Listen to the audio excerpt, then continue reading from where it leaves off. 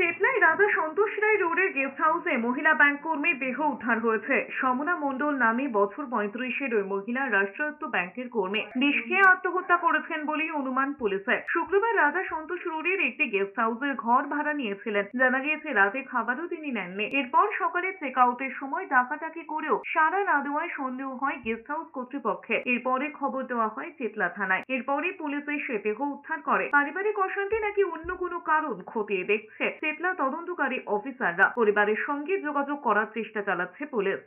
Knock করেছি, খুলছিল না, check আউটের টাইম হয়ে গেছিল, আমি কল করা হচ্ছে, কোনো নো রেসপন্স। তারপরে আমাদের একটু সন্দেহ হলো, তো তখন আমরা পুলিশের সাহায্য নিলাম। যেহেতু মহিলা আমরা তো বলতে পারি না, তখন পুলিশের সাহায্য নিলাম।